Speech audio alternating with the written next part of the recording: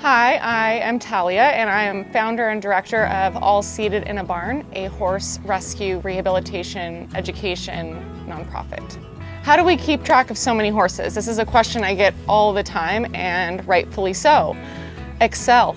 I have a spreadsheet that allows me to keep track of their tag numbers, their gender, what month we took them in, and then every morning I update my notes on each horse and what's going on, when their vet visits are, what vets have seen them, all the things. That process has evolved over the years. Like I always say, there's no handbook for how to start a horse rescue, and I've just slowly learned how to organize myself better so that I'm able to operate the rescue more efficiently and effectively and understand what all the horses need when they got it, so when we adopt them out, we also have all that information to go along with them. So I've evolved over the years because of trial and error.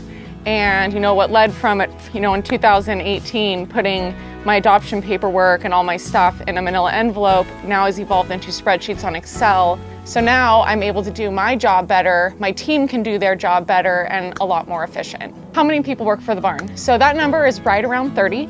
And of course, then there's general contractors, but as the barn grows, our team is expanding. So this year alone in 2024, we've included 2 more positions. We hired a full-time welder, which he's responsible for all the properties back in Texas to make sure that all the fencing is maintained, anything that we possibly need back there. And then we also brought on a full-time transporter as well. And these 2 positions are important, we need them, and as we evolve, we'll continue to add more just to keep our team, at the best that we possibly can be. The process we go in evaluating our horses, it's simple, but it's not. So every horse is unique and different with their own personalities, their own needs. And just like us, when we were in school, we connected better with different teachers. That helped us learn better. What we try to do with the horses is really gauge who they are and what learning style will be best for them. It's about setting them up for success. We don't want them to get frustrated. We want them to thrive. We want them to learn. We want them to essentially grow into the best versions of themselves. So our team collectively, we watch the horse in the round pen, we work with the horse, we really do our best to try to get to know them. And then we collectively start talking about which trainer we think would jive based on what we all see and feel. And then that horse goes out to training.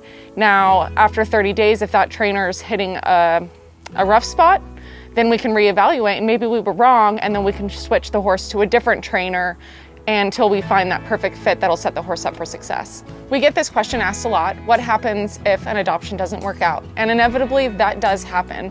People have personal circumstances that come up, medical circumstances that come up, which inevitably leads the horse to needing to come back to our facility. And that is why it's in our adoption contract. We have a first right of refusal. We will take the horse back, and that way we can set the horse up for success once again.